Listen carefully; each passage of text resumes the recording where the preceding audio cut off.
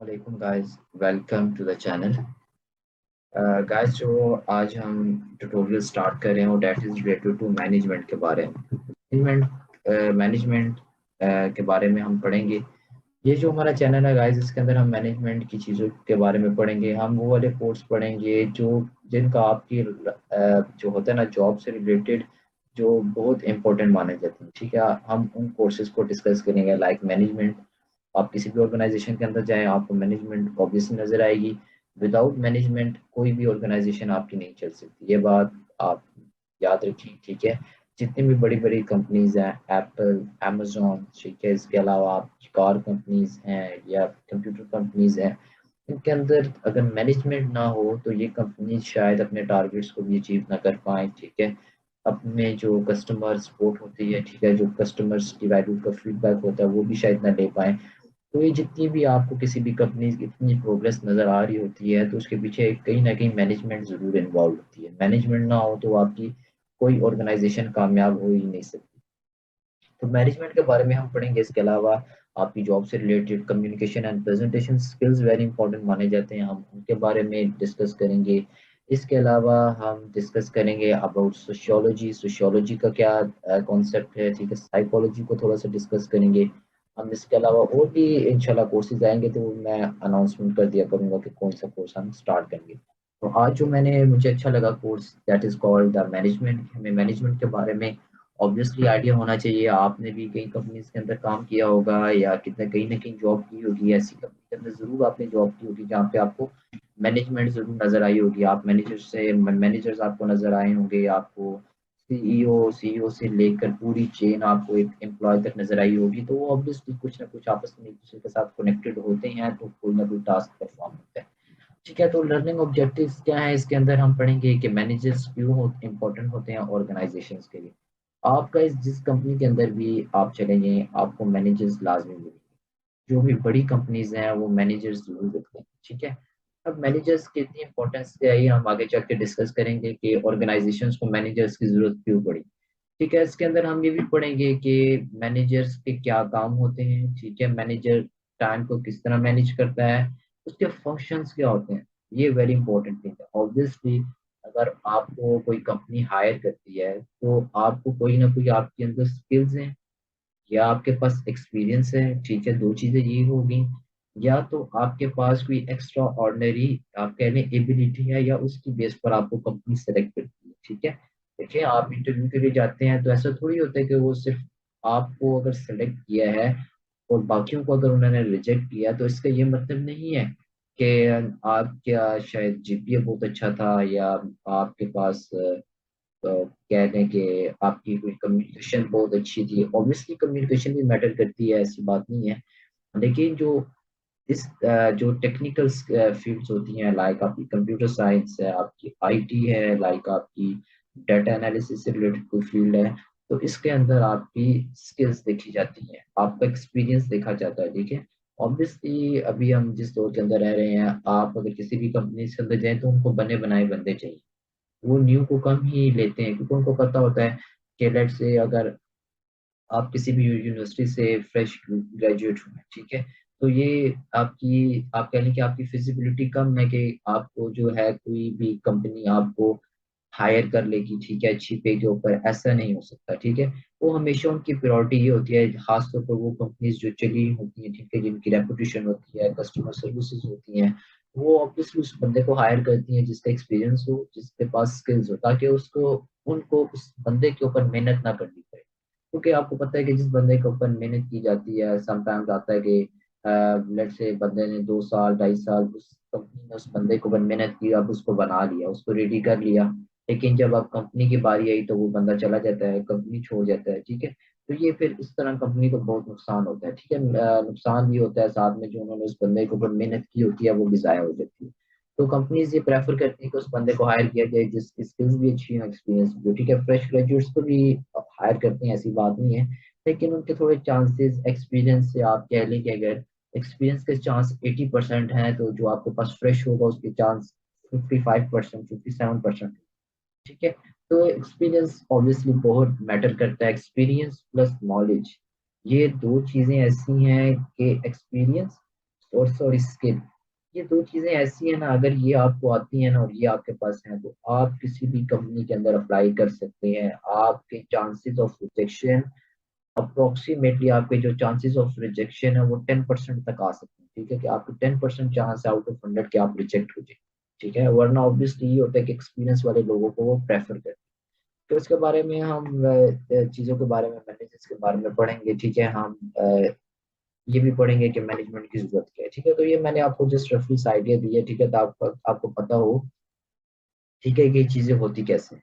ठीक है, ऑब्वियसली देखें, जब भी आप किसी कंपनी में अप्लाई करते हैं जॉब के लिए, तो ऐसा कभी भी नहीं होता कि कब अगर आपको कुछ भी नहीं आता, आपके पास स्किल नहीं है, एक्सपीरियंस नहीं है और आप उनसे ये एक्सपेक्ट कर रहे हैं कि वो आपको सैलरी भी अच्छी दें। ठीक है, ऐसा नहीं होता। ठीक है, आपको अपनी स्किल से रिलेटेड कमांड लाजमी होनी चाहिए। ठीक है, एक आप अगर बैचलर्स कर रहे हैं या आप मास्टर्स कर रहे हैं या इवन आप अभी कॉलेज के अंदर हैं, तो अभी से आपको अपने ऊपर वर्क करना है। आपने अपने आप को ऐसा बनाना है कि आप अगर किसी भी जॉब के अंदर जाए ना, किसी भी कंपनी के अंदर जाए, तो या तो आप जैसा कोई उधर हो ही ना। ठीक है, आपने अपने आप को इस तरह यूनिक बनाना है और वो आपने फिर सोचना है कि आप अपने आप को कैसे यूनिक बना, आपके अंदर ऐसी यूनिकनेस होनी चाहिए कि वो किसी बंदे के अंदर भी ना हो। ठीक है, देखिए लेट्स से मेरा एक दोस्त था, दोस्त है, कॉलेज हमने साथ पढ़ा, लेकिन हम देखते थे कि कॉलेजेस के अंदर इवन हम तो बुक से याद किया करते थे, क्वेश्चंस याद कर लिए, रट्टे मार लिए तो बस पास हो गए। लेकिन मैं उस अपने दोस्त को देखता था कि वो कभी भी चीज़ों को जो है वो रट्टे से नहीं पढ़ता पढ़ता था। लेट्स से हम बात करते हैं अपने लेट्स से केमिस्ट्री की बात करते हैं या मैथ्स की बात कर सॉरी केमिस्ट्री की बात करते हैं, क्योंकि केमिस्ट्री के अंदर ऑब्वियसली रटा जाता है। ठीक है, तो वो हम देखते थे कि वो ये हम उसको, सर ने जो पढ़ाया हमने उसी को याद कर लिया घर आके। ठीक है, वो उसी की पेपर की तैयारी करके पेपर दे दिया। लेकिन वो अपने फ्रेंड को देखता था कि वो जो चीज़ सर पढ़ाते थे वो नहीं याद करता था। वो ये मतलब नहीं था कि वो नालायक था, नहीं, वो लायक स्टूडेंट था, लेकिन वो सब वाली चीज़ नहीं याद करता था। वाई? उसकी रीजन ये थी कि वो हर चीज़ के ऊपर रिसर्च किया करता था।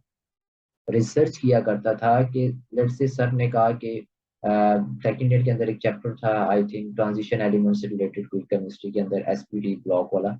तो हम सर हमें पढ़ाया करते थे कि इसके बैलेंस शेल के अंदर ये होता है, like whatsoever this type of stuff. तो हम देखते थे कि हम वही चीज वो सर पढ़ाते याद करो, लेकिन वो घर जाकर रिसर्च ही करता था और अगले दिन आगे सर से वेरियस क्वेश्चन पूछा करता था, ये क्यों है, ये ऐसे है, इसको ये बनाया। तो उसकी बहुत रिसर्च होती थी, इवन एट दैट टाइम हम उसको समझते थे कि यार ऐसी फिजूल बंदा है इसका कोई। लेकिन उसको इस चीज ने क्या फायदा दिया कि जब वो यूनिवर्सिटी के अंदर उसने एडमिशन लिया, ठीक है, तो उसको इस चीज ने इतना हेल्पफुल किया कि उसने अपने थीसिस, उसने अपने यूनिवर्सिटी के अंदर आके अपने रिसर्च पेपर्स को अप्रूव करवाया। ये उसकी कैपेबिलिटी थी। कि आप इससे अंदाजा लगा रहे हैं कि हम बैचलर्स कर लेते हैं, मास्टर्स कर लेते हैं, लेकिन हमें कुछ रिसर्च पेपर के बारे में आइडिया नहीं होता कि रिसर्च पेपर होता क्या है। और उसने अपनी मुझे अब उसका सब्जेक्ट नहीं याद कौन सा सब्जेक्ट है, उसने उस सब्जेक्ट के अंदर अपनी रिसर्च पेपर को अप्रूव कराया। और ये बहुत बड़ी अचीवमेंट होती है, ये लोग जाके पीएचडी लेवल पे करते हैं, जो उसने बैचलर्स के अंदर सेकंड सेमेस्टर के अंदर किया। और ये उसकी बहुत बड़ी अचीवमेंट थी। तो ये आपको बताने का मकसद ये था कि आपको भी पता हो कि अगर आपने यूनिक बनना है तो आपने कैसे बनना है। देखिए उस बंदे के अंदर कोई यूनिकनेस थी, वो चाहता था। अब भी उसके अंदर, जब भी मैं उससे मिलता हूँ तो उसके अंदर समटाइम उसके भी कॉन्सेप्ट चेंज होते हैं। ठीक है, वो चाहता है कि मैं कुछ न्यू करूँ, लेकिन चूंकि लिमिटेड रिसोर्सेज होते हैं, as a family background strong नहीं है, समटाइम्स आप फंस जाते हैं या आपको टाइम बहुत ज्यादा लग जाता है। तो ये आपको बताने का मकसद ये था कि आपके अंदर भी कोई ऐसी यूनिकनेस होगी। ठीक है, आपको अपनी फील्ड से अलावा भी किसी फील्ड के बारे में टच इन होगा, आपको उसके बारे में पता होगा, तो ऑब्वियसली कंपनी आपको हायर करेगी। तो ये इस बार बस ये बताने का मकसद ये था कि आप अपने अंदर आप यूनिकनेस पैदा करनी है। आप एक सब्जेक्ट के अंदर तो स्किल एंड एक्सपीरियंस है, बस आपको थोड़ा सा दूसरे के बारे में भी हल्का फुल्का आपको इर्द गिर्द पता होना चाहिए कि बाकी क्या हो रहा है। ठीक है, तो स्टार्ट करते हैं कि मैनेजर्स इंपॉर्टेंट क्यों होते हैं। ठीक है, organization needs their manager skills. ठीक है, ऑर्गेनाइजेशंस को क्या होता है कि अपने मैनेजेरियल स्किल्स और एबिलिटीज, ठीक है, more than ever in this certain complex and, ठीक है, ये देखा managerial skills the quality of supervisor relationship. ठीक है, मैनेजर्स देखें, मैनेजर्स आपके पास इंपॉर्टेंट क्यों है? सबसे पहले तो ये सवाल हो गया ना मैनेजर्स। आपने कंपनीज के अंदर मैनेजर्स को देखा होगा कि मैनेजर्स की इंपॉर्टेंस क्या होती है। देखिए मैनेजर्स जो होता है ना वो आपकी कोऑर्डिनेशन करवाते हैं। मैनेजर्स होता है इन बिटवीन। मैनेजर्स के नीचे होते हैं एम्प्लॉयज और मैनेजर्स से ऊपर होता है सीईओ। तो सीईओ की कम्युनिकेशन जो होती है एम्प्लॉय के साथ जो बंदा करवाता है उसको कहा जाता है मैनेजर। ठीक है, ये होता है मैनेजर। और ये मैनेजर्स जो होते हैं जिनकी वजह से कंपनीज कामयाब भी होती हैं और कंपनीज जो हैं नाकाम भी होती हैं। ठीक है, कंपनीज जो कामयाब होती हैं, ठीक है, और नाकाम होती हैं वो इसी मैनेजर्स की वजह से होती हैं। ठीक है, मैनेजर्स का काम होता है, देखिए अच्छा मैनेजर कौन मैनेजर होता है। अच्छा मैनेजर हमेशा वो वाला मैनेजर होता है जिसको अपने एम्प्लॉय से काम लेना आता हो। जिस बंदे को अपने एम्प्लॉय से काम लेना नहीं आता वो अच्छा मैनेजर नहीं है। देखिए काम लेने के वेरियस तरीके से होते हैं। एक होता है जोर जबरदस्ती डंडा।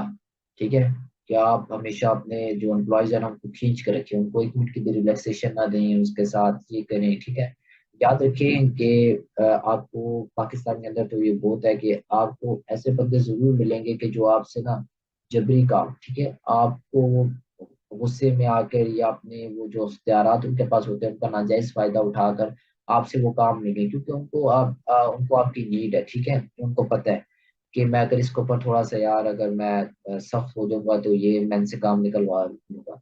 उस तरह के मैनेजर्स ऑफर नाकाम नहीं होते हैं। ठीक है, वो समटाइम्स देखिए आप किसी कंपनी के अंदर काम करते हैं तो आपको उस जॉब की जरूरत है, लेकिन यार जब आप भी देखते हैं कि हम 5-6 महीने इस कंपनी में काम कर रहा हूँ, आप काम कर रहे हैं तो आपको पता लग रहा है कि यार ये मैनेजर मेरे साथ ठीक नहीं है। ठीक है, समटाइम्स सैलरी नहीं देता या आप कह रहे सैलरी लेट करता है, काम ज्यादा कराता है, वर्कलोड ज्यादा है, तो ठीक है वो आप फिर आहिस्ता आहिस्ता आके ना उससे क्या होता है डिसहार्ट होना शुरू हो जाते हैं। ठीक है, आप चाहते हैं कि यार इस कंपनी को मैं छोड़ दूं। ठीक है, तो वो बेसिकली मैनेजर्स की वजह से ही होता है। ठीक है, मैनेजर्स को बैकबोन माना जाता है कंपनी का। ठीक है, कि अगर मैनेजर्स अच्छा है, देखिए मैनेजर्स जो होते हैं ना मैनेजर सबसे पहले ना चीजों को उसको मैनेज करना आना चाहिए। उसको ये पता होना चाहिए कि उसने अपने एम्प्लॉयज से कैसे वर्क। ठीक है, एम्प्लॉयज देखिए बहुत तरह के होते हैं एम्प्लॉयज। एम्प्लॉयज आपको अच्छे भी मिलेंगे, बुरे भी मिलेंगे, दरमियाने भी मिलेंगे। देखिए जो होता है ना जो स्किल्ड पर्सन लोग, याद रखिए जिन लोगों के पास स्किल्ड होते हैं, एक्स्ट्रा ऑर्डिनरी स्किल्स होते हैं, आप ये बात हमेशा अपने ज़हन में रखें कि उनके अंदर थोड़ा सा एटीट्यूड जरूर होता है। जो भी ये मैं बात को वेरी इंपॉर्टेंट बता रहा हूँ, मैंने बहुत सी कंपनीज के अंदर मैंने गया हूँ। ठीक है, मैंने बहुत से बंदों को मिला है। ठीक है, इसके बाद मैं इस रिजल्ट पे पहुंचा हूँ कि जिस बंदे के पास एक्स्ट्रा ऑर्डिनरी स्किल्स होंगे, जिस बंदे के पास अपने सब्जेक्ट से रिलेटेड और आउटसाइड नॉलेज होगी, उसके अंदर थोड़ा बहुत एटीट्यूड होगा। वो एटीट्यूड इस वजह से नहीं होता है कि उसके पास बहुत नॉलेज है या बहुत वो चीज़ है, ये एटीट्यूड इस वजह से नहीं होता है। एटीट्यूड इस वजह से होता है कि समटाइम्स मैनेजर का बिहेवियर उस बंदे के साथ अच्छा नहीं है, या आप कह लें कि मैनेजर को उस बंदे से काम लेना नहीं आता। देखिए कुछ बंदे होते हैं कि मैनेजर उनको कुछ आप है ना टेरियर टाइप के बंदे होते हैं। ठीक है, जो इतनी आसानी से काम नहीं करते, तो याद रखिए ऐसे बंदों को सबसे टैकल करने का सबसे आसान तरीका ये होता है कि आप उनसे ना अच्छे अंदाज से और अच्छे इखलाक से बात करें। ठीक है, देखिए याद रखिए इखलाक एक ऐसी चीज होती है ना जो पत्थर को भी ना खत्म कर देती है, रेजा रेजा कर देती है। तो ये जो इखलाक होता है ना ये इंसान का बहुत मैटर करता है। इस इखलाक से पता चलता है कि आपका जो एम्प्लॉय है, देखिए मैनेजर सो बुरा हो लेकिन अगर उसके अंदर इखलाक अच्छा है ना तो उसका जो एम्प्लॉय होगा ना उससे वेरी इंप्रेस होगा, उससे उसको काम लेना बहुत आसान होगा। ठीक है, उसको काम लेना उससे बहुत आसान होगा। तो ये जो आसान चीजें होती हैं, ठीक है, काम को लेना, ठीक है, किसी भी बंदे से काम करवाना, ये सारी मैनेजेरियल स्किल्स के अंदर आता है। जिस तरह लिखा हुआ है कि ऑर्गेनाइजेशन को मैनेजेरियल स्किल्स की जरूरत होती है। ठीक है, जब तक मैनेजेरियल स्किल्स नहीं है मैनेजर के अंदर तो वो कोई भी टास्क अपना परफॉर्म नहीं कर सकता। ठीक है, तो ये बहुत इंपॉर्टेंट चीज थी जो आपको मैंने बताई कि मैनेजर्स इंपॉर्टेंट क्यों होते हैं। आज की बस वीडियो को हम इधर तक की लिमिट रखते हैं, मैं आगे नहीं जा रहा क्योंकि आपको कुछ जॉब से रिलेटेड चीजें भी बता दी, इसके अलावा मैनेजर की थोड़ी सी आपको इम्पोर्टेंस भी बता दी। इसके बाद हम जो एक्चुअली हम अपना जो एजेंडा उसको स्टार्ट करेंगे। मैनेजर्स मैनेजर्स देखिए मैनेजर का जो लफ्ज है ना वो निकला मैनेज से। ये बात आपने याद रखनी, मैनेजर का जो लफ्ज है वो निकला है मैनेज से। मैनेज का मतलब, मैनेज ऐसी चीज को कहते हैं कि जो आपके अंडर हो, ठीक है, जो आपके अंडर हो जिसको आप खुद कर सके, ठीक है, आपके पास, आपके अंदर ऐसी, कह ले कि ऐसी सलाहियत हो, कैपेसिटी हो कि आप वेरियस टास्क को मैनेज कर सकें, ठीक है, वेरियस टास्क को, या आप कह लें आपके अंदर ऐसे एम्प्लॉयज हों, इतनी बड़ी कंपनी हो कि आप सबको आप मैनेज कर सकें, ठीक है, ये वर्ड उधर से निकला है मैनेज करना, मतलब उनके साथ अच्छी तरह कोऑर्डिनेट करना, ठीक है, उनको वर्क के बारे में गाइडलाइन देना, ये सारे काम कौन करता है, मैनेजर्स। और मैनेजर्स क्या होते हैं, जो कोऑर्डिनेट करते हैं, याद रखें मैनेजर्स क्या होते हैं, कोऑर्डिनेट करते हैं और वर्क को देखते हैं, ठीक है। देखें, आपके मैनेजर ने, लेट से मैनेजर कोई भी टास्क देता है, ठीक है, मैनेजर की मीटिंग होती है सीईओ के साथ, सीईओ टास्क असाइन करता है मैनेजर को, मैनेजर जो होता है वो नीचे फिर टास्क डिस्ट्रीब्यूट कर देता है अपने एम्प्लॉयज को, ठीक है।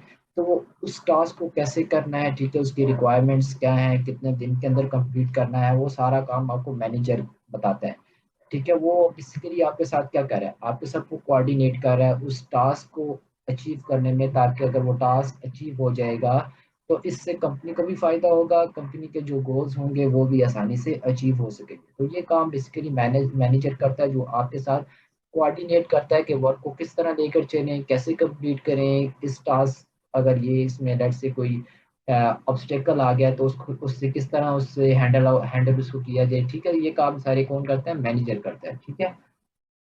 अच्छा जी, तो ये था कुछ मैनेजर से रिलेटेड के मैनेजर करता क्या है, ठीक है। और मैनेजर का एक ये फंक्शन भी होता है कि वो आपकी जो होता है आपका सीईओ, उससे वो डायरेक्ट, क्योंकि देखिए एक मैनेजर एक ब्रिज के तौर पे काम करता है, ठीक है, एम्प्लॉयज और जो सीईओ है उनके दरमियान एज अ ब्रिज काम करता है, सीईओ से इंस्ट्रक्शन मैनेजर को आती हैं और मैनेजर्स फिर आगे जो काम है वो आपको देता है, ठीक है। हमारे पास बेसिकली जो मैनेजर्स हैं उनकी कुछ टाइप्स भी होती है, चार तरह की टाइप्स को हम डिस्कस करते हैं। एक होते हैं टॉप लेवल मैनेजर्स, एक होते हैं मिडल मैनेजर्स, एक होते हैं फर्स्ट लाइन मैनेजर और एक होते हैं टीम लीडर्स, ठीक है। ये कुछ मैनेजर्स के बारे में थोड़ी सी टाइप्स है, ठीक है। और मैनेजर के कुछ और रोल्स भी होते हैं, ठीक है, जिसमें उसके पास इंफॉर्मेशनल रोल होते हैं, इंटरपर्सनल रोल होते हैं, डिसीजनल रोल होते हैं, ठीक है, और भी हैं, तो हम उसको बारी बारी डिस्कस करेंगे कि वो कहते हो कैसे होते हैं। आई होप सो अभी तक आपको मैनेजर के बारे में आइडिया हो चुका होगा कि मैनेजर क्या क्या होता है, जो वेरियस चीज़ों को, वेरियस टास्क को मैनेज कर रहा होता है, ताकि अगर वो टास्क कंप्लीट हो जाए तो उससे कंपनी के गोल्स क्या हो जाए, अचीव हो सके। और आप ये कह लें कि मैनेजर एज अ ब्रिज के तौर पे काम करता है बिटवीन एम्प्लॉयज एंड सीईओ के दरमियान जो कोऑर्डिनेशन करवाता है वो मैनेजर करवाता है, ठीक है। तो ये था मैनेजर के बारे में। अब हम नेक्स्ट मूव करते हैं अपनी नेक्स्ट स्लाइड के ऊपर। अच्छा जी। अच्छा जी, जिस तरह मैंने आपको बताया कि मैनेजर की कुछ टाइप्स होती हैं, जिसके अंदर टॉप मैनेजर्स आ जाते हैं, मिडल मैनेजर्स आ जाते हैं, फर्स्ट लाइन आ जाते हैं, या नॉन मैनेजरियल, या जिनको हम टीम लीडर कहते हैं, आई थिंक। जी, ठीक है। तो ये चार तरह के हमारे पास मैनेजर्स होते हैं। अब हम इनको बारी बारी डिस्कस करते हैं कि चार तरह के मैनेजर्स कौन से हैं, उनकी क्या रिस्पॉन्सिबिलिटीज होती हैं। अच्छा जी, सबसे पहले आता है first line manager. First line manager क्या होता है, ठीक है, इसको पहले डिस्कस करते हैं। फर्स्ट लाइन, इसमें एक टाइप में से that is called the non managerial staff, ठीक है, जिसके अंदर आपके पास कौन से आ जाते हैं, ठीक है, जो वो होते हैं आपके पास, लाइक क्या कहते हैं उनको, जो आपके पास एम्प्लॉय होते हैं, ठीक है, जो अंडर होते हैं वो नॉन मैनेजेरियल होते हैं, ठीक है, वो आगे आएंगे, ठीक है, ठीक चीज़ है। फर्स्ट लाइन मैनेजर कौन से होते हैं, वो वाले जो मैनेज करते हैं अपने वर्क और none of non managerial employees, ठीक है।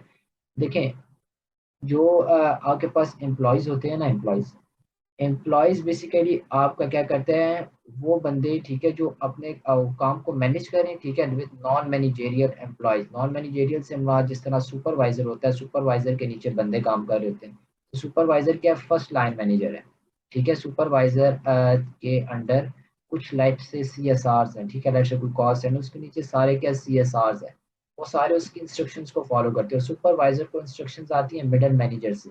मिडल मैनेजर क्या क्या होता है, जिसको वो प्रोजेक्ट असाइन होता है, ये जिसकी वो रिस्पॉन्सिबिलिटी लगा के गया होता है, लेट से ये सुपरवाइजर है तो इसकी रिस्पॉन्सिबिलिटी लेट से लगाई हुई है मैनेजर ने, ठीक है, ठीक है, ये आपके पास लेट से ये वो मैनेजर है, ठीक है, जिसने टास्क, जिसको टास्क मिला उसने आगे अपने सुपरवाइजर्स को दे दिया, सुपरवाइजर्स ने फिर टास्क वेरियस अपने एम्प्लॉयज के अंदर डिस्ट्रीब्यूट कर दिया। ठीक है, इस तरह आते हैं टॉप मैनेजर्स। टॉप मैनेजर्स कौन से होते हैं? ये वाले जो सीईओ या इससे ऊपर, मैनेजर से ऊपर एक बंदा होता है जिसको आई थिंक एचआर मैनेजर कहा जाता है। ठीक है, वो ये मैनेजर ही होता है लेकिन उससे थोड़ी उसकी टाइप्स थोड़ी डिफरेंट होती है। ठीक है, वो वाले बंदे who are responsible for making organization. और ठीक है, सीईओ टास्क देता है मैनेजर को, मैनेजर आगे देता है सुपरवाइजर को, सुपरवाइजर आगे टास्क में डिस्ट्रीब्यूट करता है। तो इस तरह क्या होता है, एक चेन से ये बंदे टास्क, अगर ये वाली टीम आपकी स्ट्रोंग है, एम्प्लॉय वाली, जिस ये वाली टीम स्ट्रोंग है, तो ओवरऑल इसका इम्पेक्ट किसके ऊपर आता है? पूरी ऑर्गेनाइजेशन के ऊपर। अगर ये बंदे अपना टास्क अचीव कर लेते हैं तो इसका मतलब क्या होगा कि कंपनी अपने गोल्स को अचीव कर रही है। अगर ये बंदे सही तरह काम नहीं कर रहे तो ऊपर वाले कुछ भी नहीं कर सकते। सारा जो हैंडल होता है वो इस इनके ऊपर होता है कि ये वाले बंदे आपके कितने स्किल्ड हैं, ठीक है, कितना इनको एक्सपीरियंस है। ये कंपनी के जितने भी गोल्स अचीव होते हैं वो इन्हीं एम्प्लॉयज की वजह से होते हैं। ठीक है, लेट्स से ये यहाँ पे मैंने सीएसआर लिखा, आप कुछ और भी ले सकते हैं। लेट्स से कोई अकाउंटेंट है बैंक के अंदर या कोई और चीज़ है, वो सारे एम्प्लॉयज हैं। ठीक है, और उनको एक बंदा हैंडल कर रहा है। ठीक है, जिस तरह मैनेजर होता है बैंक के अंदर, वो सबको हैंडल कर, फिर पीछे मैनेजर को भी एक बंदा हैंडल कर रहा होता है। ठीक है, जो मैनेजर की मीटिंग होती है सीईओ के साथ, सीईओ अपने जो भी प्लान्स होते हैं वो मैनेजर को बताता है, फिर मैनेजर उसको मैनेज करता है कि इन प्लान्स को कैसे अचीव किया जाए। ठीक है, किस तरह एम्प्लॉय से काम लिया जाए। फिर वो बुलाते हैं सुपरवाइजर को, सुपरवाइजर के साथ वो मीटिंग करता है कि ये प्रोजेक्ट के ऊपर आपने वर्क करना है। फिर सुपरवाइजर अब वो वाला जो प्रोजेक्ट होता है उसके वेरियस आप कह लें चंक्स होते हैं या सेक्शंस होते हैं, उसमें डिवाइड करके अपने एम्प्लॉयज को देता है ताकि टास्क को कम वक्त के अंदर उससे मैक्सिमम आप कह लें आउटपुट हासिल किया जा सके। ये काम थे कुछ first line manager, middle line manager और टॉप मैनेजर्स के। ठीक है, ठीक है, वो बंदा कि जो मैनेज करे नॉन मैनेजेरियल एम्प्लॉयज। ठीक है, नॉन मैनेजेरियल वो जो सुपरवाइजर्स नहीं है या मतलब जो काम करें किसी के, ठीक है, एम्प्लॉयज आप कह लें।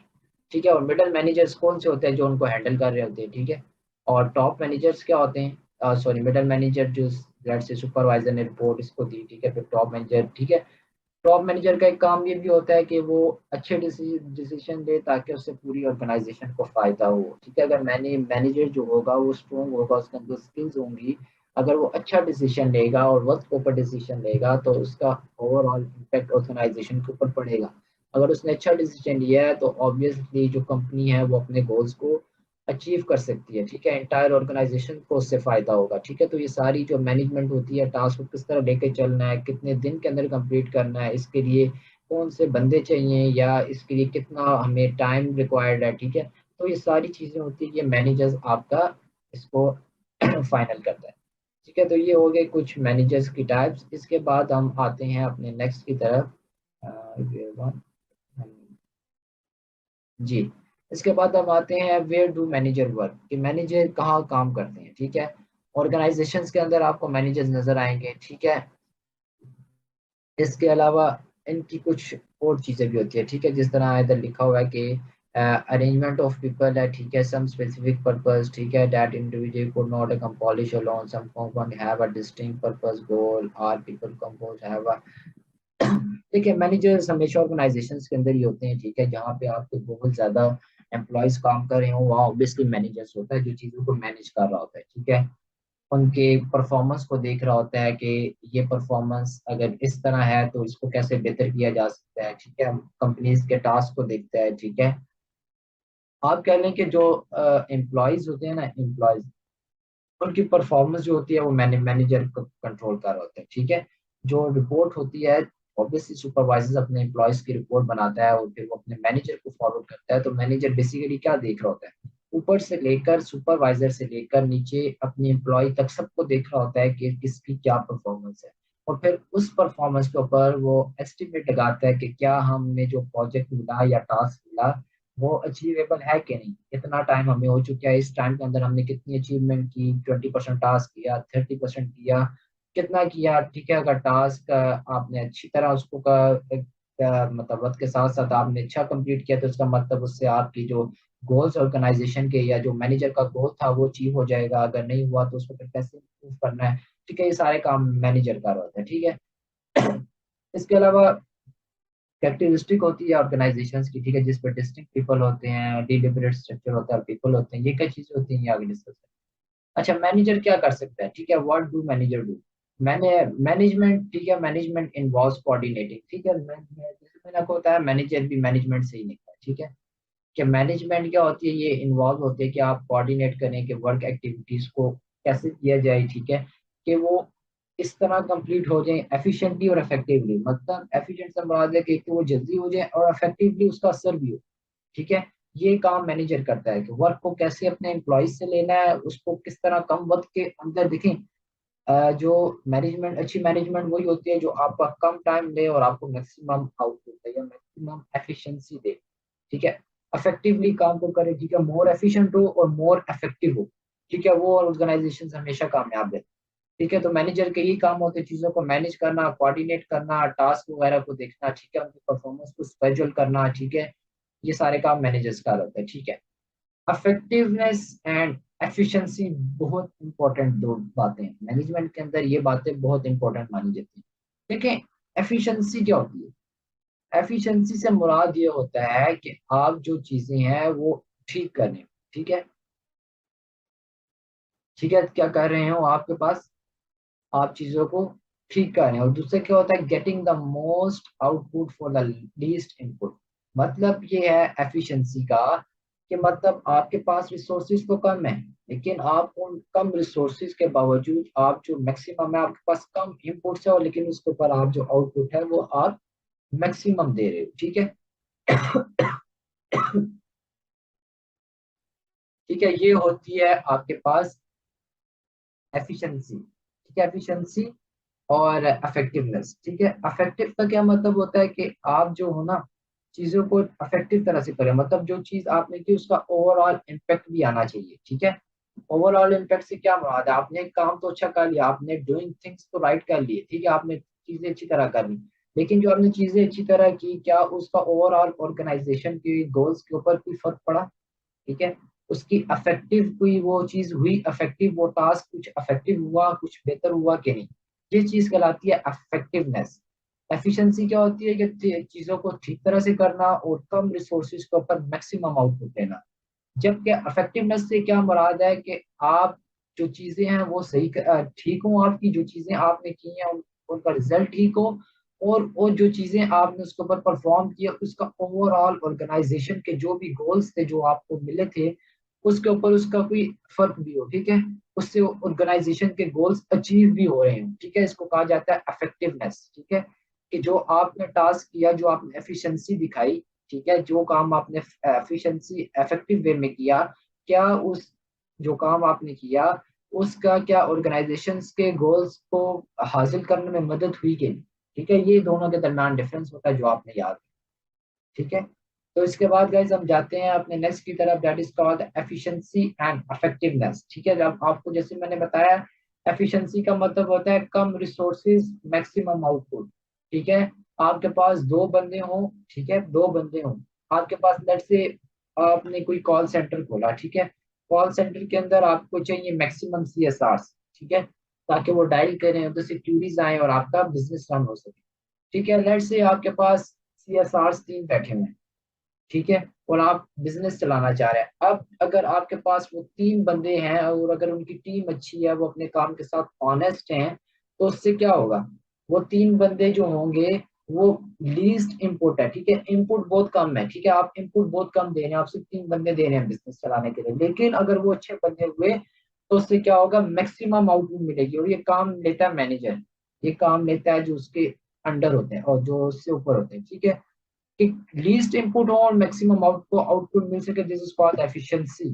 ठीक है। टाइम का वेस्ट कम हो, ठीक है। इफेक्टिवनेस से क्या मुराद है कि जो आपने फिर काम किए वो सीएसआर ने उसके ऑर्गेनाइजेशन के ऊपर भी फर्क पड़ा कि नहीं, आपने डाइनिंग तो कर ली, क्या डाइनिंग के रिजल्ट में आपने एफिशिएंसी भी दिखाई, कम टाइम के ऊपर आपने ज्यादा कॉल्स की, अच्छी डाइनिंग की, तो अब उस अच्छी डाइनिंग का ओवरऑल रिजल्ट क्या है, अगर तो उसका ओवरऑल रिजल्ट जो है, लेट से कुछ स्टूडेंट आ गए या कुछ एडमिशन्स हो गए, ठीक है, उस इंस्टीट्यूट का अंदर, तो इसका मतलब है कि ऑर्गेनाइजेशन का कुछ गोल जो है वो अचीव होना स्टार्ट हो गया, मतलब वो प्रोग्रेस में लग चुका है।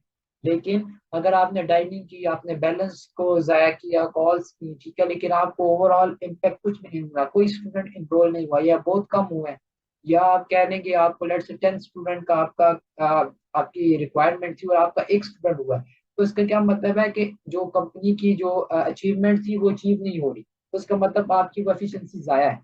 ठीक है, वो आपकी एफिशिएंसी जाया है।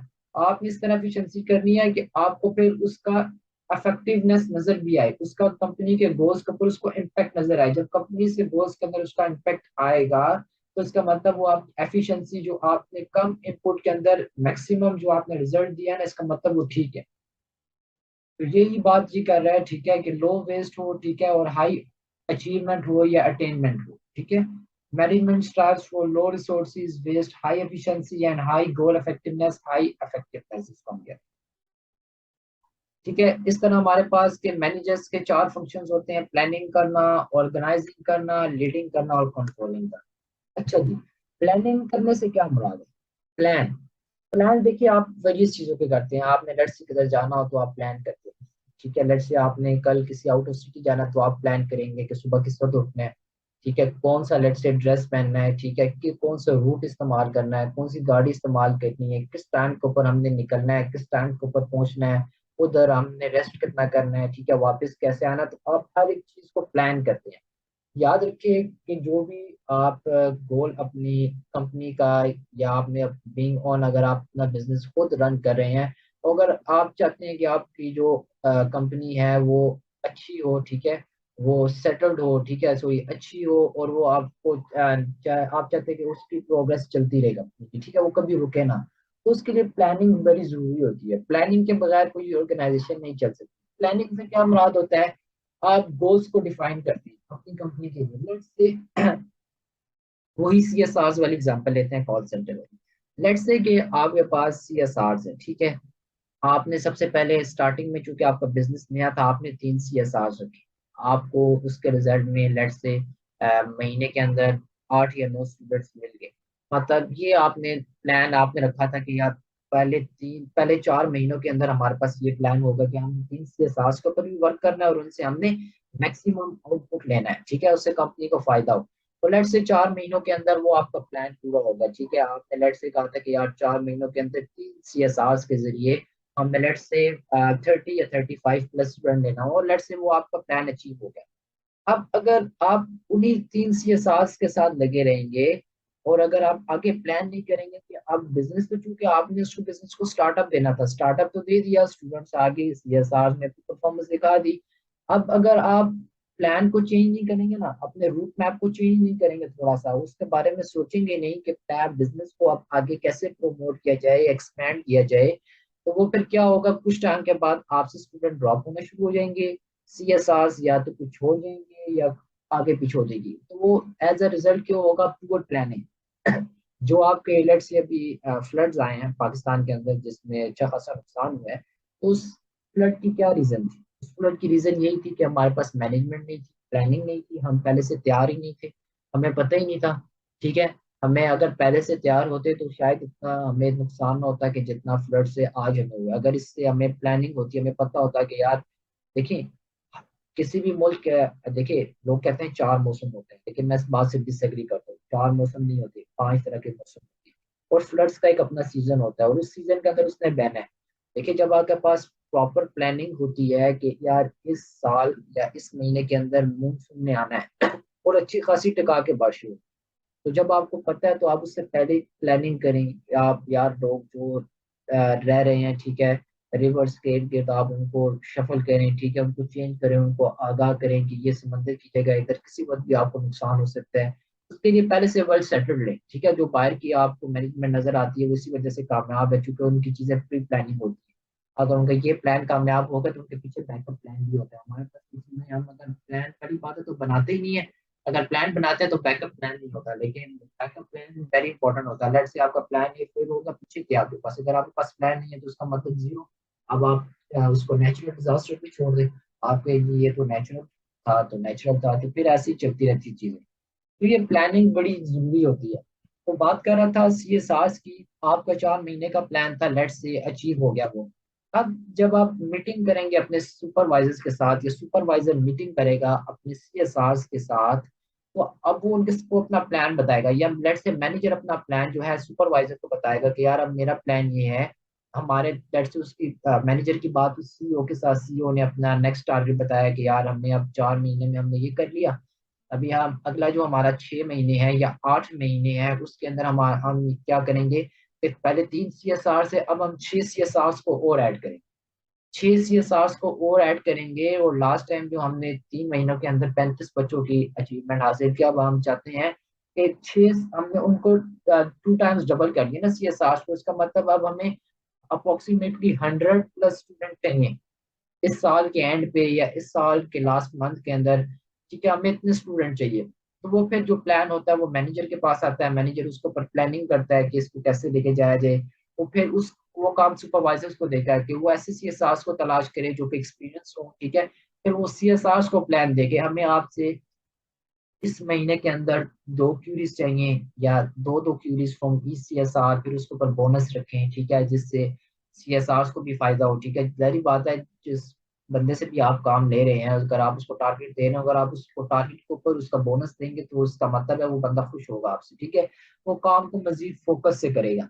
ठीक है, तो ये प्लानिंग होती है, प्लानिंग वेरी इंपॉर्टेंट होती है। ठीक है, आप गोल्स को डिफाइन करते हैं कि इनको कैसे अचीव करना है। ठीक है, दूसरी बात होती है ऑर्गेनाइजिंग। ऑर्गेनाइजिंग भी वेरी इंपॉर्टेंट चीज है कि आप चीजों को लेके कैसे चल रहे हैं, क्या आपका वे ऑफ ऑर्गेनाइज है।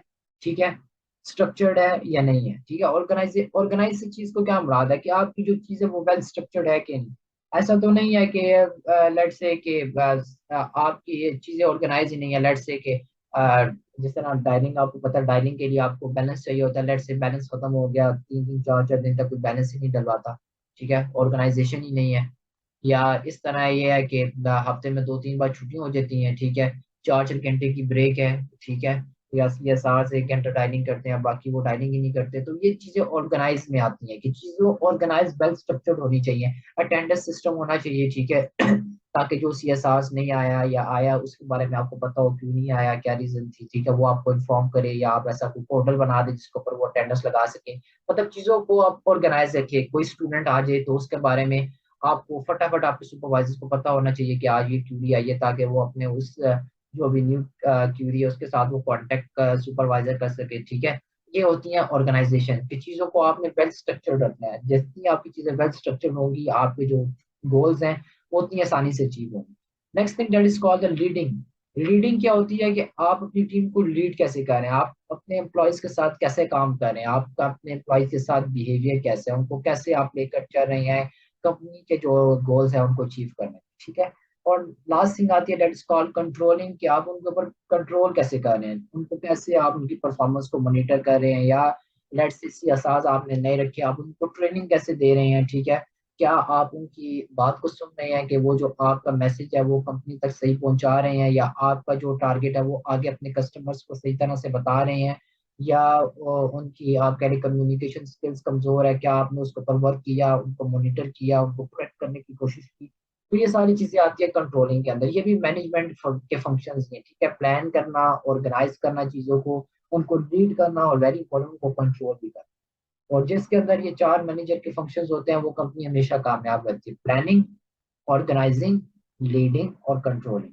ठीक है, तो ये गाइस कुछ मैनेजमेंट के फंक्शन से रिलेटेड था। ठीक है, आज हमने मैनेजर्स की थोड़ी सी इंपॉर्टेंस पढ़ी और उसके बारे में हमने मजीद देखा। तो गाइस मैनेजर्स के कुछ रोल्स भी होते हैं ना। ठीक है, तो आज हम उनको डिस्कस करेंगे कि मैनेजर रोल्स क्या होते हैं, एक्शंस या बिहेवियर्स होते हैं। ठीक है, जो कि मैनेजर से एक्सपेक्ट किए जाते हैं। ठीक है, अच्छा जी, इस मैनेजर्स रोल्स को पढ़ने के लिए हमें मिन्सबर्ग के बारे में, मिन्सबर्ग ने ना आइडेंटिफाई किए 10 टाइप ऑफ रोल्स। ठीक है, जिनको उसने आपस में ग्रुप करके, ठीक है, और वही चीजें बताएं कि मैनेजर के रोल्स के अंदर ये चीजें आती हैं। अब ये मिन्सबर्ग कौन था? गाइस इसका पूरा नाम जो था, ये कैनेडियन ठीक है बंदा है जिसका नाम हेनरी मिन्सबर्ग है, पूरा नाम इसका ये है। और ये कनाडा के एकेडमिक्स ये कनाडा के अंदर पढ़ाता है। ठीक है, एकेडमिक सब्जेक्ट्स। और ये ऑथर माना जाता है बिजनेस एंड मैनेजमेंट। ठीक है, बिजनेस एंड मैनेजमेंट एक बुक है, इसका ये ऑथर है। ठीक है, अभी तक ये करंटली जो है ये प्रोफेसर है मैनेजमेंट स्टडीज का, और ये पढ़ाते हैं इधर क्या कहते हैं मैकगिल यूनिवर्सिटी। ठीक है, क्यूबिक कनाडा के अंदर। ठीक है, ये यहाँ पे पढ़ा रहे हैं, टीचिंग कर रहे हैं सिंस 1970 से या 19 कुछ 90s के अंदर। ठीक है, तो ये अभी तक कनाडा के अंदर पढ़ा रहे हैं। तो ये हेनरी मिन्सबर्ग थे, ठीक है। हेनरी मिन्सबर्ग ने क्या थ्योरी दी थी? हेनरी मिन्सबर्ग ने एक मैनेजरियल थ्योरी दी, ठीक है। किसके ऊपर आइडिया था उसका? कि मैनेजर्स के अंदर, कि मैनेजर्स जो इन्वॉल्व होते हैं वो 10 रोल्स के अंदर इन्वॉल्व होते हैं, ठीक है। उसने इसको 3 क्लस्टर्स के अंदर, सेक्शंस के अंदर डिवाइड किया, जिसमें उसने कहा इंफॉर्मेशनल रोल्स होने चाहिए मैनेजर के अंदर, इंफॉर्मेशनल रोल होने चाहिए और डिसीजनल रोल्स होने चाहिए। अच्छा जी। जो ये हेनरी मिन्सबर्ग था, ये इतना फेमस क्यों हुआ? अब ये क्वेश्चन अराइज होता है। तो ये इस वजह से उसका क्या नाम है, मशहूर हुआ। इसकी जो सबसे इम्पोर्टेंट बात थी वो इसका वर्क था ऑर्गेनाइजेशनल फॉर्म्स के अंदर। इसने बहुत वर्क किया और ये ऑथर है। 15 या 15 से ज्यादा बुक्स का ये ऑथर है, ठीक है, जिसके अंदर इसने ऑर्गेनाइजेशन के स्ट्रक्चर्स को डिस्कस किया, ठीक है, ब्यूरोक्रेसी को इसने डिस्कस किया। इसके अलावा इसने डिविजनल फॉर्म्स वगैरह को उनको डिस्कस किया, प्रोफेशनल ब्यूरोक्रेसी को इसने डिस्कस किया। तो ये इस वजह से मैनेजमेंट के अंदर इसका सारा काम, चूंकि मैनेजमेंट मैनेजमेंट से रिलेटेड है, इस वजह से मैनेजमेंट के अंदर इसका बहुत इंपॉर्टेंट रोल माना जाता है। तो अब हम डिस्कस करते हैं कि 3 टाइप्स ऑफ रोल्स क्या होते हैं। एक होता है इंटरपर्सनल, दूसरा होता है इंफॉर्मेशनल और तीसरा होता है डिसीजनल। इंटरपर्सनल रोल्स कौन से होते हैं?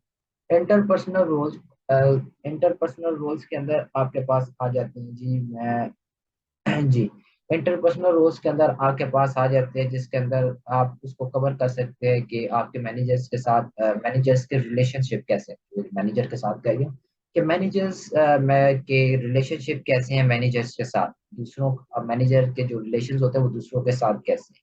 ठीक है, इसमें आ जाता है जो वेरी इंपॉर्टेंट रोल, इसके अंदर कैटेगरी से लिखा हुआ है, figure head, leader and legend, ठीक है। अब मैनेजर्स क्या होते हैं? क्या उसको फॉर्मल अथॉरिटी होती है, ठीक है। मैनेजर्स एक्ट करते हैं figure heads because of their formal authority, ठीक है, एंड सिंबॉलिक रिप्रेजेंटेशन, और आप कह सकते हैं पोजीशन रिप्रेजेंटिंग देयर ऑर्गेनाइजेशन, ठीक है। ये हो गए थोड़े से ये रोल्स। अब इसके बाद हम जाते हैं जी इसके इंफॉर्मेशनल रोल्स के अंदर। इंफॉर्मेशनल रोल से मुराद है कि मैनेजमेंट के अंदर इंफॉर्मेशनल, मैनेजर के अंदर इंफॉर्मेशनल रोल कौन से होने चाहिए? वो चीज़ों को मॉनिटर कर सकें, परफॉर्मेंस को चेक कर सके, ठीक है, स्पोक पर्सन हो, ठीक है। ये सारी चीजें मैनेजर के अंदर इन्वॉल्व होनी चाहिए, ठीक है। एक मिनट, अच्छा जी। तो मैनेजर के अंदर ये सारे इंफॉर्मेशनल रोल्स भी होने चाहिए और इंटरपर्सनल रोल्स भी होने चाहिए। तो इंफॉर्मेशनल रोल्स, तो मैंने आज इंफॉर्मेशनल रोल्स के बारे में और भी आपको बता दूं कि मॉनिटरिंग के अंदर क्या आ जाती है कि किसी भी इंफॉर्मेशन को, ठीक है, चेक करना, ठीक है, उसके इश्यूज, अगर कोई कंपनी के साथ कोई इश्यूज है, या ठीक है कंपनी के इश्यूज चल रहे हैं किसी के साथ, तो उनको मॉनिटर करना, कंपनी की परफॉर्मेंस को मॉनिटर करना, ये सारी चीज उसके अंदर आ जाती है। दूसरी चीज क्या है गाइस, लिखी हुआ है डिससेमिनेटर। ये क्या चीज होती है गाइस कि आप कोई भी किसी इंपॉर्टेंट इंफॉर्मेशन रिसीव कर रहे हैं किसी भी इंटरनल या आपका एक्सटर्नल सोर्स से, ठीक है, तो उसको क्या करना चाहिए? उसको इसको डिससेमिनेट करना चाहिए, ठीक है, विद इन ऑर्गेनाइजेशन के अंदर इसको फैला देना चाहिए कि उसको कंपनी से रिलेटेड ये इंफॉर्मेशन किसी भी एक्सटर्नल, अंदरूनी या बैरूनी जराये से मिली है। अच्छा, स्पोक्स पर्सन के अंदर क्या जाता है कि उसको रिप्रेजेंट करना ऑर्गेनाइजेशन को, और इंफॉर्मेशन देनी है, ठीक है, कंफर्मेशन देनी है अपनी कंपनी की औरों को, ये होता है स्पोक पर्सन। मतलब हमने इसके अंदर ये जो चीजें पढ़नी है इसको आ जाती है, इसके अंदर आ जाती है डिसीजनल रोल के अंदर, ठीक है। Spoke person for informational rules की बात कर रहा हूँ। इसके अंदर स्पोक पर्सन जो थर्ड वाला है, इसका मतलब यह है कि उसको अपनी ऑर्गेनाइजेशन को रिप्रेजेंट भी करना है और उसके बारे में इंफॉर्मेशन भी देनी है, ठीक है, अपनी ऑर्गेनाइजेशन के बारे में औरों को इंफॉर्मेशन भी देनी है, ताकि अगर वो इस कंपनी के अंदर, इस ऑर्गेनाइजेशन के अंदर काम करने में इंटरेस्टेड है, तो अपना कोई ना कोई वो बेनिफिट देकर कंपनी के अंदर जरूर आए। इसके बाद है गाइस हमारे पास डिसीजनल रोल। डिसीजनल रोल के अंदर आपके पास पैर आ जाता है एंटरप्रेन्योर। इसके अंदर क्या होता है कि सारे एक्सपर्ट इन्वॉल्व होते हैं, ठीक है। जिसके अंदर आप इनिशिएटर है, डिजाइनर है, ठीक है, और वो उनको इनकरेज करता है और इनोवेशन करता है कि चीजों के अंदर इनोवेशन आए, चीजों के अंदर चेंजिंग आए। इसके बाद होता है डिस्टर्बेंस हैंडलर। डिस्टर्बेंस हैंडलर क्या होता है? एक प्रोएक्टिव एक्शन देता है, ठीक है। जब भी किसी भी ऑर्गेनाइजेशन को मतलब आप कह रहे हैं नागानी कोई मुश्किलात आ जाए, ठीक है, नेचर से हट के कोई उनको मुश्किलात आ जाए, तो ये डिस्टर्बेंस हैंडलर ये होता है, ठीक है, कि वो करेक्टिव एक्शन लेता है, ठीक है, जब भी किसी ऑर्गेनाइजेशन के ऊपर कोई अनएक्सपेक्टेड आप कह रहे हैं डिफिकल्टी आ जाए, ठीक है। रिसोर्स एलोकेटर क्या होता है? रिसोर्स एलोकेटर आपके पास रिस्पॉन्सिबल होता है ऑप्टिमम एलोकेशन, ठीक है, कि वो रिसोर्सेज को इस तरह एलोकेट करे, ठीक है, टाइम्स को, फंड्स को, ह्यूमन रिसोर्सेज को वो इक्वली डिस्ट्रीब्यूट, ठीक है। आपके कंपनी के अंदर कोई भी लेट से प्रॉफिट हो गया, ठीक है, तो अब आपने क्या करना है कि उसको अपने एम्प्लॉयज के अंदर किस तरह आपने उसको ऑप्टिमम एलोकेशन करनी है कि फंड जो है वो इक्वली डिस्ट्रीब्यूट हो जाए, या वो जो आप प्रॉफिट मिला है अगर वो आप अपने एम्प्लॉयज के अंदर डिस्ट्रीब्यूट करना चाह रहे हैं तो वो आप इक्वली डिस्ट्रीब्यूट करें। या लेट से कोई फंड्स मिले हैं किसी और ऑर्गेनाइजेशन को और उन्होंने कहा है कि हमें हमने ये फंड्स आपको लेट से इस काम के लिए दिए हैं, तो वो फिर उस काम के लिए इक्वली, ठीक है, ऑप्टिमम आप कह रहे सबके लिए एडुकेशन होनी चाहिए, ठीक है। इसके बाद होता है नेगोशिएटर। नेगोशिएटर क्या करता है कि ये आपकी रिप्रेजेंट करता है ऑर्गेनाइजेशन को, ठीक है, नेगोशिएशंस के अंदर जो है जिसके अंदर आपको ये अफेक्ट करता है मैनेजर की स्कोप ऑफ रिस्पॉन्सिबिलिटी, ठीक है। तो ये आपकी बेसिकली आप कह लें कि आपकी जो ऑर्गेनाइजेशन होती है उसको ये रिप्रेजेंट कर रहा होता है, ठीक है। तो ये गाइस कुछ चीजें थी जिसके अंदर थ्री टाइप ऑफ रोल मैंने आपको बता दिए, इंटरपर्सनल रोल भी बता दिया, ठीक है, इंफॉर्मेशनल रोल भी बता दिया, ठीक है। आपको मैंने बताया कि फिगर हेड के अंदर ये इंटरपर्सनल रोल्स के अंदर क्या होता है, फिगर हेड, ठीक है, जिसके अंदर उसकी सिंबॉलिक ड्यूटीज होती हैं, ठीक है। लीडर के अंदर सारे एक्सपेक्ट्स है जो भी एक अच्छे लीडर के अंदर होते हैं वो सारे आ जाते हैं इसमें, टीम की कोचिंग करना, ठीक है, टीम को बिल्ड कैसे करना है, टीम को मूव कैसे करवाना है, ठीक है, अपने एम्प्लॉयज के साथ स्ट्रॉन्ग रिलेशंस को कैसे बिल्डअप करना है, ये सारी चीजें आ जाती हैं। दूसरा डिसीजन है इसके अंदर मैंने आपको बताया कि आप जो है किस तरह डेवलप कर सकते हैं अपने और डेवलप या मेंटेन कर सकते हैं, ठीक है, अपने नेटवर्क। नेटवर्क से मुराद दिया कि आप किसी और ऑर्गेनाइजेशन के बंदों के साथ अटैच हैं तो उनके आप नेटवर्क कैसे इंक्रीज कर सकते हैं ताकि इंफॉर्मेशन लेने में कंपनीज के को कंपनीज के अंदर क्या हो रहा है, ठीक है, उससे आपके इंफॉर्मेशन और असिस्टेंट में आपकी थोड़ी ऐसे आप क्या असिस्ट हो सके, ठीक है, आपको थोड़ी बहुत कंपनीज और ऑर्गेनाइजेशन के बारे में भी आइडिया हो जाए कि और ऑर्गेनाइजेशन क्या कर रही हैं। फिर आपको इसके अंदर इंफॉर्मेशन रोज के अंदर बताया कि उसका मॉनिटर होना चाहिए, ठीक है, कि मॉनिटरिंग करनी चाहिए कि कंपनी के अंदर कोई इशू तो नहीं है जिससे कंपनी को कोई आप कह दो डायरेक्टली इम्पेक्ट कर रहा है, ठीक है, इंटरनली एक्सटर्नली कोई थ्रेट तो नहीं है, ठीक है। फिर आपको बताया डिसमिनेटर के आप कोई भी इम्पोर्टेंट इंफॉर्मेशन का किसी भी आउटसाइडर से रिसीव करें तो आपको कंपनी के अंदर ट्रांसमिट करनी चाहिए, बतानी चाहिए। स्पोक पर्सन क्या है कि आप जो ऑर्गेनाइजेशन है उसको आपने रिप्रेजेंट करना, और आपकी क्या जैसे आप सेमिनार्स के अंदर जाते हैं तो सेमिनार्स के अंदर लेट से मैनेजर जाए किसी कंपनी का तो वो क्या करें, अपनी ऑर्गेनाइजेशन को आप कह रहे रिप्रेजेंट करें और अपनी ऑर्गेनाइजेशन के बारे में और औरों को बताएं, आउटसाइडर्स को बताएं कि हमारी कंपनी ये इस प्रोजेक्ट के ऊपर काम कर रही है, ये हमारे अचीवमेंट्स हैं, हमारी कंपनी के अंदर एम्प्लॉयज के लिए ये बेनिफिट्स हैं, ठीक है, हेल्थ है, लेट्स इंश्योरेंस है, व्हाट्सएवर। उसके बाद आपको डिसीजन के बारे में बताया एंटरप्रेन्योर, ठीक है, सारे एस्पेक्ट्स उसको कवर करने चाहिए, ठीक है। जो भी आपके साथ एक्टिंग इनिशिएटर या डिजाइनर से रिलेटेड है, ठीक है, उनको इनकरेज करें, इनको इनोवेशन करें, उनके अंदर थोड़ी सी चीजों के अंदर चेंजिंग लेकर आए, ठीक है। डिस्टर्बेंस हैंडल के कोई भी आप क्या डिजास्टर आ गया, ठीक है, जिसकी वजह से कंपनी के ऊपर इम्पेक्ट पड़ रहा है तो उसको हैंडल करें। रिसोर्स एलोकेटर फंड्स वगैरह सैलरीज वगैरह या और चीजें आ जाए तो उसको ऑप्टिमल ऑप्टिमम मार्केट एडुकेशन करे, नेगोशिएटर करे, अपनी कंपनीज को ब्रॉडर लेवल के ऊपर रिप्रेजेंट करे, ठीक है। तो ये हो गए थ्री टाइप्स ऑफ रोल्स, अब इनके बारे में थोड़ा हो जाए, ठीक है। तो ये था इसके बारे में मैं आपको कोई पिक्चर दिखा दूँ, ये था मेंसबर्ग मैनेजर रोल्स, ठीक है। इसके अंदर देखिए इंटरपर्सनल रोल्स है, डिसीजनल रोल्स हैं, और इसके अंदर कौन से हैं, इंफॉर्मेशनल रोल्स।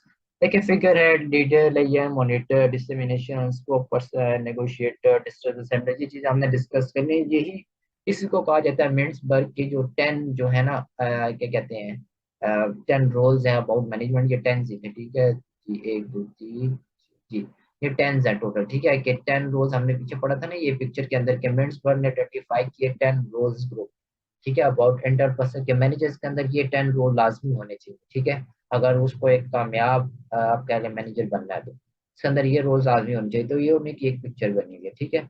आगे जो होते हैं कि मैनेजर्स को के पास कुछ एक्स्ट्रा स्किल्स भी होने चाहिए, एक्स्ट्रा स्किल्स तो नहीं कह सकते उनके मतलब ये स्किल्स लाजमी होने चाहिए, टेक्निकल स्किल होना चाहिए, ह्यूमन स्किल होना चाहिए, और कंसेप्चुअल स्किल होना चाहिए।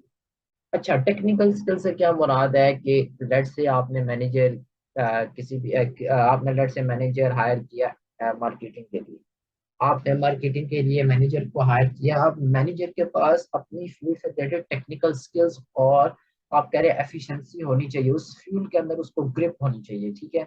उस फील्ड्स के हर वो काम को जानता हो, ठीक है। हर चीज के बारे में, हर सेल्स के बारे में उसको आइडिया हो, ठीक है। इसको कहा जाता है टेक्निकल स्किल। लेट्स से कि आप ऐसा ना हो कि आप लेट्स से मैनेजर हायर कर रहे हैं मार्केटिंग के लिए, और आप किसी ऐसे बंदे को ले हैं जिसकी जो फील्ड है वो कंप्यूटर साइंस है, तो ऑब्वियसली वो मार्केटिंग के स्किल्स को नहीं समझता, तो ये उसके अंदर टेक्निकल स्किल नहीं है, ठीक है। टेक्निकल स्किल से मुराद है कि जिस काम के लिए आप बंदे को हायर कर रहे हो उसी के अंदर उसकी स्पेशलाइजेशन होनी चाहिए, ठीक है। ये आता है टेक्निकल स्किल्स के अंदर। ह्यूमन स्किल्स क्या होती हैं कि वो बंदों के साथ कैसा वर्क करे, ठीक है। मैनेजर के अंदर ह्यूमन स्किल्स भी होनी चाहिए कि वो बंदों के साथ अच्छा काम कैसे कर सके, उनसे काम कैसे ले सके, उनको कैसे काम असाइन कर सके, उनके काम में उनकी कैसी मदद कर सके। ये सारे आ जाते हैं ह्यूमन स्किल्स के अंदर, ये भी मैनेजर के अंदर लाजमी होनी चाहिए। और लास्ट वन जिसको हम कहते हैं कॉन्सेप्चुअल स्किल्स, ठीक है, कि उसके अंदर ये एबिलिटी होनी चाहिए कि वो चीज़ों को जब भी लेट से कोई कॉम्प्लेक्स सिचुएशंस आ जाएं या कॉम्प्लेक्स डिसीजंस आ जाएं, तो उसके अंदर ये एबिलिटी होनी चाहिए कि वो चीज़ों को पहले सोचे, ठीक है, उनको कंसेप्चुअलाइज करे, फिर उसके डिसीजन की तरफ जाए, और फिर वो अपनी ऑर्गेनाइजेशन या सीईओ जो भी है उनको अपने क्या डिसीजन के लिए डिसीजन से आगाह करे, ठीक है, इन्फॉर्म करे उनको, ठीक है। ये होती है उसके अंदर कंसेप्चुअल स्किल्स। और कंसेप्चुअल स्किल्स ऑफन यूज होती है जब भी कंपनीज कोई बड़ा डिसीजन लेती हैं या कोई इनोवेशन चाहती हैं, तो उनको ऑब्वियसली कुछ हार्ड डिसीजन लेने पड़ते हैं, ठीक है। उनके पास या कोई ऐसी सिचुएशन आ गई, लेट्स से जिस तरह last last last year corona आ गया था, ठीक है। उसके अंदर आपको पता है कि अब किसी भी कंपनी को नहीं पता था कि कोरोना आएगा और हमारा जो कारोबार है वो बंद हो जाएगा, सब चीजें ऑनलाइन पे चली जाएंगी, ठीक है, फिजिकली कुछ भी नहीं होगा। तो अब इस ऐसी सिचुएशन के अंदर जिन कंपनीज ने हार्ड डिसीजन ले लिया, जिन कंपनी वो जो सिचुएशन थी ना, वो वाला जो टाइम था उसको कहा जाता है कम्प्लेक्स, ठीक है। वो कम्प्लेक्स सिचुएशन थी या कम्प्लेक्स आप कह रहे टाइम था, ठीक है, या कम्प्लेक्स ईयर आप कह सकते हैं। तो उस ईयर के अंदर अगर अच्छा जो मैनेजर अगर होता, या अच्छा मैनेजर किसी भी कंपनी में अगर था, तो उसने क्या किया होगा, उसने ये किया होगा कि उसने अपनी फॉरेन फील्ड्स को, एक तो उसने फैसला जल्दी लिया इसमें। ये जब ऐसी सिचुएशन आ जाती है तो इसके अंदर आपको फैसला जल्दी लेना होता है मजीद नुकसान से बचने के लिए। लेट से कपड़े की कोई ऑर्गेनाइजेशन, ठीक है, तो अब आपको पता है कि कपड़े तो फिजिकली सेल होते हैं, ठीक है। आप चूंकि आपको पता लग गया कोरोना मार्केट्स बंद है, ठीक है, गवर्नमेंट अलाउ नहीं कर रही, सोशल डिस्टेंसिंग है, लोग डरे हुए हैं, घरों से बाहर नहीं निकल रहे, तो अगर आपकी कंपनी के अंदर मैनेजर अच्छा, वो क्या करेगा, वो उसके लिए ना फास्ट सोल्यूशन निकालेगा, क्विक सोल्यूशन। अपनी जो उसके पास कॉन्सेप्चुअल स्किल्स है उनको वो यूज करते हुए, लेट्स से कि कोई आपके पास मैनेजर था जिसने ये सोल्यूशन दिया कि यार ये सारे काम को ऑनलाइन शिफ्ट कर दिए जाए, तो अगर जिस बंदे ने ऐसा इंफॉर्मेशन डिसीजन दिया, सोच के सब एक्सपेक्ट्स को कवर किया ना, सब चीजों को देखा कि इसके अंदर हमें लॉस तो नहीं हो रहा, ठीक है, इससे क्या इम्पेक्ट बिजनेस के ऊपर आएगा, उसने सब जो फैसले थे, डिसीजन थे, उनको कंसेप्चुअलाइज किया, फिर उनका रिजल्ट निकाला कि इनके ये पॉसिबल रिजल्ट हो सकते हैं। अगर उसको उन रिजल्ट के अंदर कोई अच्छी चीज मिल गई, तो उसने ऑब्वियसली जिन जिन जिन बंदों ने अपना काम ऑनलाइन के अंदर शिफ्ट कर दिया, आज उनका काम अब हो सकता है कि ऑनलाइन के अंदर ज्यादा होगा, क्योंकि आज की जो दुनिया वो आपको पता है इंटरनेट से कनेक्टेड है, ठीक है। इंटरनेट से जो बंदा कनेक्टेड है तो वो फिर किसी चीज से भी दूर नहीं है, हर चीज उसके पास है, समझ लो उसके कंट्रोल में है। तो ये होते हैं कंपनी के अंदर हार्ड डिसीजन है, मैंने आपको कॉम्प्लेक्स सिचुएशन बताई, इसी तरह और भी होती है, लेट्स से डिजास्टर्स आ गए या कोई और नेचुरल डिजास्टर्स आपके पास आ गए, जैसे फ्लडिंग का इशू है, ठीक है। तो ये भी है एक, आप कह रहे कि उस एरिया के अंदर या जिस एरिया के अंदर ये आया हुआ है, ठीक है, उसके अंदर भी ये बड़ी डिजास्टर सिचुएशन है, ठीक है। इसके अंदर भी कुछ कंपनीज को ऑब्वियसली नुकसान तो हुआ होगा, तो ठीक है। ये होती है कि आप जो आपको वो ईयर होता है उसके अंदर आपको कॉन्सेप्चुअल स्किल्स को यूज करते हुए आपको कुछ डिसीजंस लेने होते हैं, ठीक है। इसके बाद आपके पास ये टॉप मैनेजर्स, मैंने आपको बताया कि टॉप मैनेजर्स जो आपके मैनेजर्स होते हैं उनके अंदर कंसेप्चुअल, ह्यूमन और टेक्निकल स्किल्स होती हैं। मिडल मैनेजर के अंदर कंसेप्चुअल, ह्यूमन, ठीक है, वही स्किल्स होती है, तकरीबन सबके अंदर वही चीजें होती है। लेकिन जो आपका लोअर मैनेजर्स होते हैं ना, ठीक है, low level managers like supervisor के अंदर टेक्निकल स्किल्स ज्यादा होती है, ठीक है, जबकि आपके पास जो टॉप मैनेजर्स होते हैं उनके अंदर कंसेप्चुअल स्किल्स ज्यादा होती है। कंसेप्चुअल स्किल्स आपको बता दिया है कि हार्ड हार्ड टाइम के ऊपर कंपनीज को कुछ ऐसे फैसले लेने पड़ते हैं जिनसे कंपनी या तो ऊपर जाएगी या तो नीचे आएगी। लेट्स से कंपनी को लॉस हो रहा है, ठीक है, कंपनीज को अब चाहिए कोई ऐसा प्लान कि जिससे वो आप इस नुकसान से रिकवर कर सके। तो उनके लिए फिर उनको ऑब्वियसली कंसेप्चुअल स्किल्स या उनके पास मैनेजर्स हों जो कंसेप्चुअली सोचते हों, ठीक है, वो चाहिए होते हैं। टेक्निकल स्किल सबसे ज्यादा लो लेवल मैनेजर के अंदर होती है, लाइक आपके सुपरवाइजर्स हैं, इनके पास टेक्निकल स्किल्स अपने शुरू से रिलेटेड बहुत ज्यादा होती है, ठीक है। तो ये आपको मैंने बता दिया, मैनेजर्स के कुछ स्किल्स होते हैं जो कि डिफरेंट मैनेजरियल लेवल्स के अंदर रिक्वायर्ड होती है। इसके बाद हमारे पास है कि मैनेजरियल लेवल्स कुछ होते हैं, मैनेजिंग ह्यूमन कैपिटल, ये सारी चीजें वही है जो बता दी, ये कुछ इतना नहीं है। अच्छा जी, इम्पोर्टेंस ऑफ कस्टमर, इसको भी देख लेते हैं कि कस्टमर की इम्पोर्टेंस क्या होती है। देखिए, कोई भी आप कारोबार शुरू करते हैं, बिजनेस स्टार्ट करते हैं, ऑब्वियसली उसके लिए आपको कुछ ना कुछ कस्टमर्स चाहिए कि वो आपकी उस प्रोडक्ट को सेल करें, सॉरी, प्रोडक्ट को बाय करें, ठीक है, उसके बारे में आप फीडबैक दें, ठीक है। तो कस्टमर्स तो हर बिजनेस की रिक्वायरमेंट समझ लें कि कस्टमर की मिसाल आप ऐसे ले लें जिस तरह ह्यूमन बॉडी के अंदर मिसाल है सर की, ठीक है। अगर लेट से सर की भी नहीं, आप मिसाल ले ले इसकी, क्या कहते हैं, रूह है इंसान की, ठीक है। अगर देखें जिस्म के अंदर रूह ही ना हो तो इंसान कुछ भी नहीं कर सकता, इंसान बिल्कुल मतलब कह लें मुर्दा है, ठीक है, इंसान कोई काम नहीं कर सकता। इसी तरह बिजनेस के साथ इसको लिंक करें तो बिजनेस कस्टमर्स के बगैर कुछ भी नहीं है। कस्टमर्स जो होती है वो रूह होती है जो आपके बिजनेस के अंदर जान डालती है, ठीक है। ये होती है कस्टमर्स, ठीक है। कस्टमर्स क्या होते हैं, वो रूह होती है, ठीक है, बिजनेस की। आपके पास जितने अच्छे कस्टमर्स होंगे आपके बिजनेस के अंदर, उतना ज्यादा आपका बिजनेस रन होगा। तो reason, the reason that organization exist, manager customers relationship, ठीक है। मैनेजिंग, ठीक है, कस्टमर्स के साथ मैनेजर्स के मैनेजिंग जो कस्टमर्स होते हैं उनके साथ उनके रिलेशनशिप अच्छे होने चाहिए, ठीक है। जो कस्टमर्स होते हैं ना कंपनी के, याद रखें, जो कंपनी से चीजों को बाय करते हैं उनके उनके साथ हमेशा आपने अच्छे रिलेशनशिप ही रखनी है, क्योंकि आपको पता है कि वही आपको सेल दे सकते हैं, ठीक है, वही आपकी चीजों को बाय कर सकते हैं, उसके बारे में रिव्यू दे सकते हैं, और बंदों को कह लेके और बंदों को बता सकते हैं कि ये कंपनी की प्रोडक्ट्स अच्छी हैं, ठीक है। तो ये सारा कस्टमर के ऊपर बिहेव करता है, ठीक है।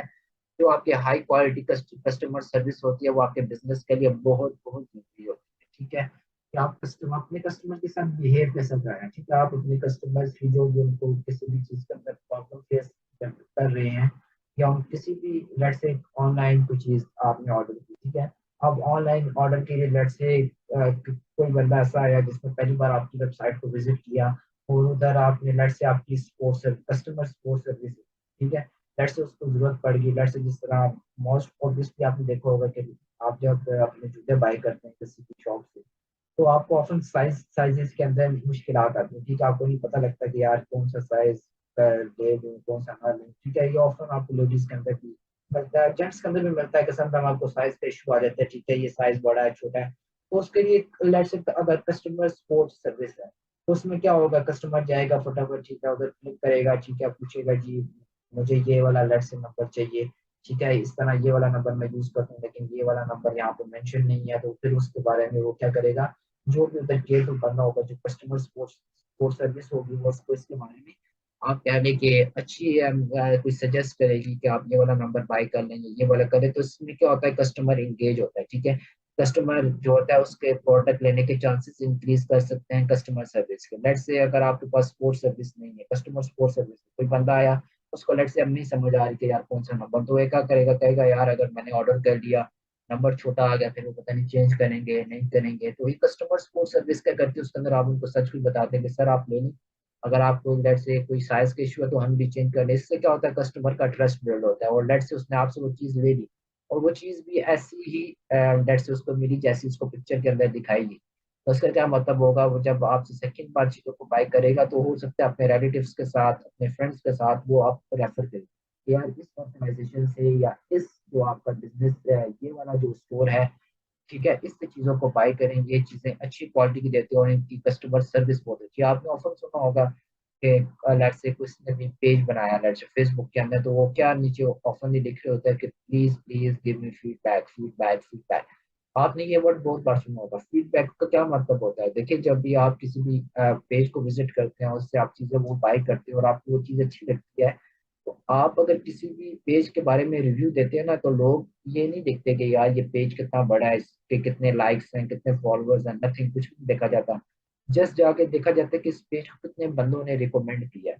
जब वो देखें, जब आप रिकमेंड किसी भी पेज को करेंगे, इसका मतलब है कि जब सेकंड कस्टमर आएगा वो देखेगा कि यार इस बंदे के पास तो ऑलरेडी बड़े, तो मैं उसका क्या नाम है, फीडबैक है, रिव्यूज है और पॉजिटिव रिव्यूज है। ठीक है, हर बंदा कह रहा है कि यार इनकी सर्विस अच्छी है, तो लेट्स इससे ट्राई करके देखते हैं क्या होता है। ठीक है, तो ये बड़ी इंपॉर्टेंट चीज मानी जाती है कि कस्टमर के साथ आप किस तरह, कस्टमर सपोर्ट सर्विस आपकी किस तरह है। ठीक है, आपके कस्टमर के साथ रिलेशनशिप कैसे है। लेट्स से कोई आपका ओल्ड कस्टमर है, ठीक है, आपकी शॉप, आपसे वो शॉपिंग कर रहा है, ठीक है, लास्ट 5 ईयर से, तो उसके लिए आप उन कस्टमर के साथ आपका बिहेवियर कैसा है। बिहेवियर भी बड़ा इंपॉर्टेंट करता है जब आप किसी भी कस्टमर्स के साथ चलते हैं। तो ये गाइस आज की चीजें थी जिनके अंदर हमने इवेंट्स वर्क के रोल्स को देखा, मैनेजमेंट से रिलेटेड कस्टमर की इंपॉर्टेंस को देखा। तो गाइस अगर आपको वीडियो पसंद आई हो तो kindly do like, subscribe and share.